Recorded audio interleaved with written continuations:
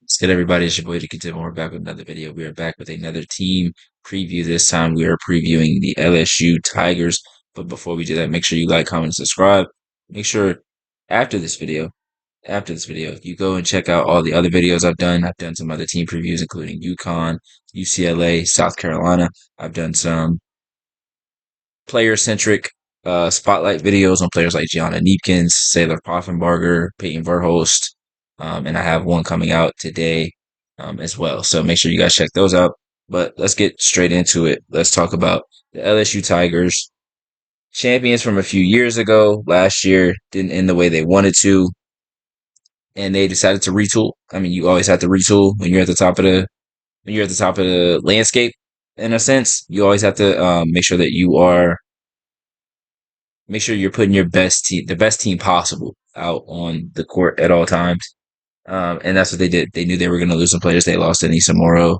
Um, and they responded by bringing in players like Amaya Joyner, Kate Koval, and obviously the biggest name that they brought in was Malaysia Fulwiley. Malaysia Fulwiley brought a lot of attention, a lot of eyes to not really, I wouldn't really say LSU because there's always been a lot of eyes on them, but I would say to how they manage her minutes and situations and things like that. Because there was a lot of conversation about how certain times in South Carolina she was held back, she wasn't able to do the things that everyone felt that she was great at. And I think this is a situation where some people assume that she'd be able to go and do her thing and just rock out. But there's a lot of talent on this team, and there's a lot of guard play talent on this team. So I don't know if this is going to be a spot where she just, gets to just absolutely rock out, because you have players like Kayla Williams, you have players like Flau'jae Johnson who are already there. Also, Kaylin Gilbert, who is like the ultimate X factor for them, who I'll get into a little bit later. But they have a lot of guard play already. So it's not like she's coming in and she's taking a spot, or she's, taking over a spot. Like, she's going to come in and she's going to add to what they already have at the guard spot. She came off the bench in their exhibition game, and I saw some people who were not, I don't want to say weren't happy, but they found it funny because she came off the bench for South Carolina and people assumed she'd be a starter. Based off of things that Kim Mulkey said, it's not super surprising. I do feel like at some point she'll probably end up being a starter. But even if she's not, I think she's going to get ample opportunity to show her style, or show her game and play her style. Maybe coming off the bench is the best way to do that. I don't know yet. Most people won't know until the season starts. And I will say the thing about LSU, and then I'll get into different players and things like that. The thing about LSU is it's hard to gauge them early in the season because they normally don't play any big games. And I'm not trying to knock them or disrespect them in any way, but they don't really play anybody that makes you test yourself early on. The first notable game that they'll have um, is Duke. I believe. I think it's Duke that they play in. I think it's December 4th. They play Duke at Duke, and that's a part of the ACC SEC challenge. And then after that, they don't really play anyone up until conference play. And then their most notable games of the year is Texas and LSU, January 11th. Then at Oklahoma, January 18th. At Texas, February 5th. Playing against South Carolina, February 14th. That is a Saturday night primetime game on ABC, which I think is amazing. Then they're at Ole Miss February 19th. And then they play Tennessee February 26th. So they really have like 7 to 8 games where we really get to get a gauge of how good they're going to be when it comes to the tournament. And that's something that in the past has been something that people have harped on, but even the year that they won the championship, they didn't have the biggest non-conference schedule. So, I mean, at this point, it is what it is. It's not going to change. There's no need to harp on it. I just thought, I just figured I'd bring that out or let that be known right away. Um, but I do like, while this is about the guards, like, I love Michaela Williams' game. I think she's a phenomenal player. She gets a bit underrated in my opinion because she's not. I won't say she's not flashy, because she does have moments where she plays like a flashy, but she's just not like eye popping the way that Malaysia Wiley is, or Juju Watkins was, and Hidalgo. Like, she's just not eye popping. She's not gonna, talk a lot. Even though Juju doesn't talk a lot, but you know what I mean. Um, but I think she deserves to be recognized as one of the best guards in the country. And I think this is the year that this will absolutely happen. Flau'jae Johnson, obviously one of the top picks in the draft coming up. I think this is a big year for her, more so in terms of like leadership than it is like in terms of her play. Like obviously she's gonna have to play really well, but I think her leadership is gonna be the biggest thing. It's like she is now the top dog in terms of like setting the standard every day, making sure that other players are hitting that standard or reaching that standard or playing to the same standard that they've played to the last couple of years.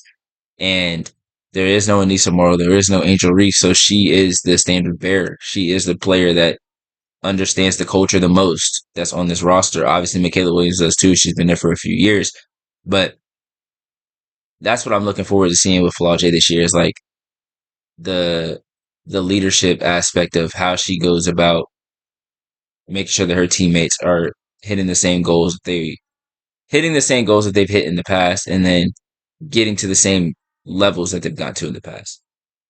Kaylin Gilbert, I think, is the ultimate X factor. There was a stat last year. I don't remember it quite at this moment, but I want to say like when she scored in double figures, they were like 11-0, 12-0, something around that number. Um, and that's like the definition of X factor. Like if you can get somebody to come off the bench and anytime they score double figures, you win. Like that at that point, it's not even X factor. It's just like a given. Now I'm not saying that's going to happen again this year, but I do think she plays a vital role, and especially if they're playing her next to Malaysia for a while, like those two dynamic guards in the backcourt could be really, really scary. I like what I've seen from Grace Knox. I think she's a very versatile forward that is going to have to play a lot because LSU doesn't really have as much post depth as they had in the past. So I'm really curious to see how that works out. Like Kate Coban and Maya Joyner playing like the 4 and the 5. Like they really can't get into too much foul trouble because they don't have a lot of size behind them, or I would say they don't have a lot of experience size behind them. So that's something that I'm also looking at, especially once you get into conference play and when you play against like Duke and when you play against the Texases and the Oklahomas. Like those teams have good post play, and you're not going to be able to. I don't know if they're going to be able to withstand certain moments if they're like in foul trouble and they have to play somewhat small. Now, I will say the guards can play a lot, like can really run, so that can play into their advantage. But I am curious to see how the post players do, like the depth off the bench. Um, like Amaya Jordan coming over from Eastern Carolina, she averaged 15 and 9 her last season there. Kate Coball, I love that. I loved what I saw from her in high school. As I was going into last season, I did a lot of research on high school players as I did a article on a good bit of them, like Kennedy Smith and Silas Swords and Kaylee Heckle and um, she plays at Washington now. Avery Howell, and then obviously Kate Coball played on the same team as Kaylee Heckle and Silas Swords. So in turn, I mean, I was also researching stuff for her, and I really like what I saw from her in high school. I liked what I saw from her in different instances last year at Notre Dame. I think it was weird, like a weird fit in terms of like just what they were expecting from her on a night to night basis, and I think it was hard for her to go out and play the best brand of basketball for herself. And I'm not going to say like, oh, LSU is absolutely going to have the best brand of basketball for her because we don't know that yet until they step on the floor and play. But I do really like her skill set, and I like her skill set around these kinds of guards. I do want to see how Amaya Joyner does against SEC competition. Like everyone talks about like SEC competition, and it's like, okay, like so I know some people are like, man, the ACC is really good too. The Big 12 is really good. The Big 10 is really, really good. But the SEC is just a little bit different in terms of like, I don't want to say physicality because I don't want it to make it seem like they're all just like fouling or anything. But there's just a different mentality in SEC basketball than there is in like Big 10. Previously, the Pac-12, or like when the Pac-12 was in its heyday, like the Pac-12 had like I think the Pac-12's last year was the best conference, or like that was the best conference, just because of how many teams they had. But the SEC has teams like Texas, South Carolina, Oklahoma, Alabama, Arkansas, Auburn, Ole Miss, Vandy, Missouri. Like there's so many teams that like from a night to night basis, you can't really just go out and just play around. You know what I mean? Like, and I don't think anybody on this team is going to do that. I just think I'm just really curious to see how Maya Joyner does in the SEC. That's really what that whole point was. Again, I'm gonna harp on the guards a little bit more because it's more than just Malaysia, Flau'jae, and Michaela, and then Kaylin Gilbert as well. I like what I saw from Jada Richard in their exhibition game. I think Bella Hines can play a role as well. Like I really think like the guard play that they have is gonna be the test, or is gonna be what pushes them forward, what propels them to going as far as they want to. Um, I know a lot of times it comes down to post play. I would say like in certain instances in the tournament, but I do think like guard play more and more has becoming like is becoming more important in college basketball, women's college basketball specifically. Just because like we just seen Paige win a championship. Caitlin didn't win a championship, but she was the catalyst of a team that got to a championship and got to multiple Final Fours. We seen Juju get her team to a Final Four. Um, I mean, even in the past, we've seen a lot of guards lead their way. Like Enrique got two champions or one championship, led her team to a championship and to another national champ or Final Four. Like we've seen a lot of guards. That's basically it. We've seen a lot of guards be the catalyst of teams winning championships. Now, I'm not saying that their guards have to play out of this world and they'll win a championship because again, it's still that post player depth is still going to be really big for them in my opinion. But I do think that the guards are going to be able to control a lot in terms of offensively and defensively how good they are on a night in night out basis. And obviously, like I said again, like they're going to do well early in the season. The first test is going to be Duke, and then once conference play starts is when you're going to see the players that haven't played in FCC play yet. Are they going to be ready for those moments? Even if they're not playing like a top team, you can't like you really can't go into certain games and just think like, oh, this is Arkansas, we got this game. Oh, this is Alabama, we got this game. Like those teams are well coached. They get top recruits as well.